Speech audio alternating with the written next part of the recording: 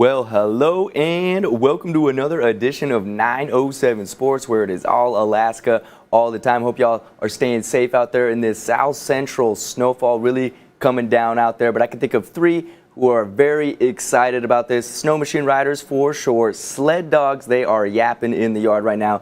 And skiers, of course, talking alpine and cross country, which we will get to in future 907 Sports as those seasons kick off. But we just said goodbye to another sport in this fall season as well. What better way to spend this time indoors than catching up on 907 Sports, where we will look ahead and look back on all things Alaskan sports, what's going on. And as I mentioned, wrapping up state swimming with the Swim and Dive Championships in Juneau over the weekend. And the water was extremely fast in the pools as we saw 4 state records broken on the day. Insane with just 22 swimming events. Service boys are your team champions once again, thanks in part to a state record relay. The boys, comprised of Ben Price, Preston Kwan, Tomas Balaban, and Conrad Fawcett, clocked in at 1:33.83 in the 200-yard medley relay for the new state record, shaving off 0.17 seconds off the 2018 record. Also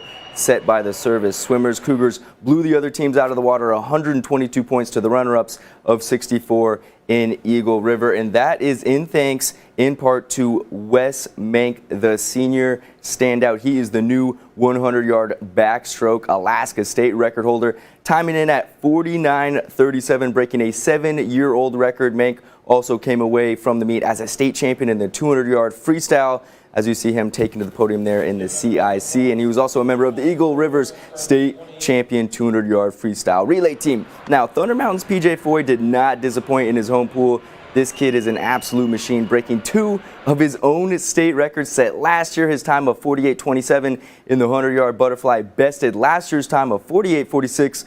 Well, in the 100-yard breaststroke, he hit the wall at 54.67, shaving off nearly a second. Those were the only 2 events Foy competed in, though he does hold the second fastest times in the 200-yard freestyle set last season and 200-yard individual medley set in 2021. And he's also committed to Division I's University of North Carolina Tar Heels. Other notes from the state swim and dive championships: the Juneau Douglas girls are back on top of the podium, winning the team title in their home pool, dethroning the Diamond Lynx, who won the 7 previous state titles. Pretty incredible stuff there. Now, the next sport we will say so long to will be the volleyball, as state championship tournament starts tomorrow at the Alaska Airlines Center. We got 16 teams from all over the state competing, as last weekend we saw conference tournaments taking place from all over the state, including here in the CIC, the 8 Anchorage area schools. So many 5-set matches. These teams took it to each other for 5 straight days of nonstop volleyball, beating each other up just for a shot at the state tournament. And East ended up defeating Diamond in the if match, because of course there was an if match, and we will reveal those brackets now. T-Birds earning that top seed with the CIC conference title, and they are going to be taking on Soldotna, who snuck in at number 8. Service makes the tournament for the first time in 19 years, according to the program. Wasilla, top seed out of the Northern Lights Conference, taking on the defending state champion Diamond Lynx. Thunder Mountain, top team out of the Southeast, taking on South, who earned an at-large bid. First serve is at 10 a.m. with quarterfinals later in the evening at the Alaska Airlines Center. All this going down Thursday, Friday, and Saturday. Looking at the 3A bracket, last year's runner-up Valdez earns the top seed, facing Sitka, last year's state champion Kenai Cardinals, and Nome in the first round. Mount Edgecombe and Eielson from the interior making the tournament, and so does Barrow, top seed from the west, to take on Nikiski. It's a double elimination tournament, so your season is not over after that first day. You can work your way back up through the lower bracket and into the championship game, as we have seen many times before. All this going down at the Alaska Airlines Center. Now, after volleyball, the next sport we'll be saying goodbye to is wrestling, but fortunately we do have more than a month left of that. And so far this year, there are 2 seniors from Barrow who are undefeated, previous state champions, looking to reclaim that title once again. But they're not just wrestling for themselves, but for their community as well. Let's meet our athletes of the week. These state champions from Barrow High School are wrestling for themselves. I know all these guys are coming after me, so I just got to really stay on my 10 toes and just keep after it. It's my last year, so I'm planning on putting out my best performance.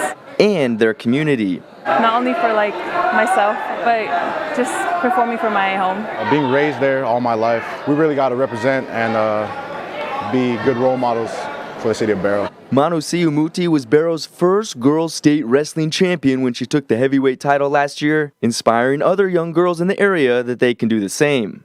Getting wrestling up there and making it famous is something I want to do.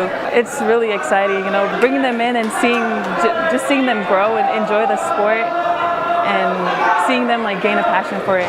It's really awesome and exciting. She's amazing. She's a leader. She's one of the hardest workers. She's a huge contributing factor for building the women's wrestling in Barrow. Muti plays basketball and volleyball for the Whalers and also participates in the Native Youth Olympics. I know my mom is proud of me, so that's all that matters. Yeah, it's making my mom proud. Watahouse Tuifua is not only a two-time state wrestling champion for Barrow, but also an all-state football player recently named Defensive Player of the Year. A 6'2", 285-pound figure youth Whalers literally and figuratively look up to. Oh my goodness, it means a ton. Seeing the kids, some of them just like kind of want to be like me and stuff like that. That really inspires me to just do more and be better. Whether he plays football or wrestles in college, academics are at the forefront for Watahouse, who has maintained a 4.0 GPA throughout high school and hopes to study engineering. They call it student athletes and first come students, so yeah. I like doing things with my hands. I like building stuff and all that. Over the weekend, both wrestlers took home titles at the Mountain City Invitational and brought them back up to Uktiavik. Huge role model to everybody and everybody on the team, and not just wrestling, every sport. Jordan Rodenberger. Looking forward to seeing them compete for that state title here in December. And right after that season, they're going to pick up the basketball and compete for the Whalers there, because I think you are legally obligated to have to play basketball in Barrow, that basketball town.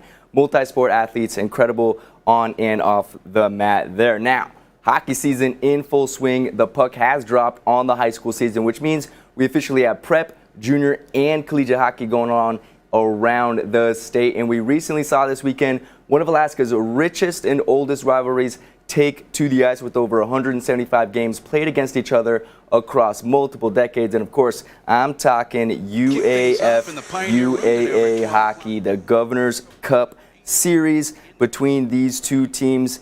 And that Governor's Cup has had the Nanoks name plastered all over it in recent years, actually 12 straight, including last year when UAF swept UAA 6-0.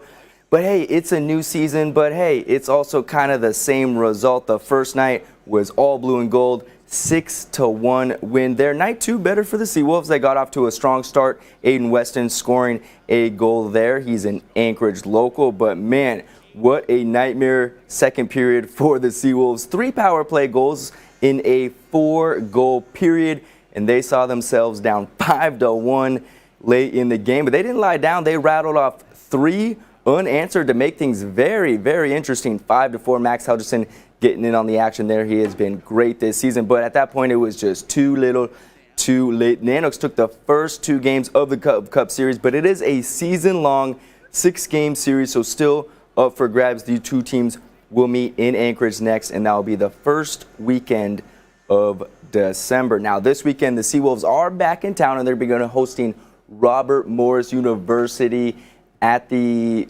Avis Alaska Sports Complex. They renamed that this summer, so I got you on that one, Avis Alaska. And Friday night, 7 p.m., Saturday, 4 p.m., so go check them out on campus. Also a big weekend for the Anchorage Wolverines. It's their turn for rivalry week now as they welcome in the Fairbanks Ice Dogs, and they have their own season-long Cup series going on. That's the Alaska Airlines Cup series with Kenai as well. So very important games coming up with a lot of hockey. They play at 7 p.m. both Friday and Saturday night, and I'm sure we'll be keeping you updated on the next edition of 907 Sports. But like I said, take your time, be safe.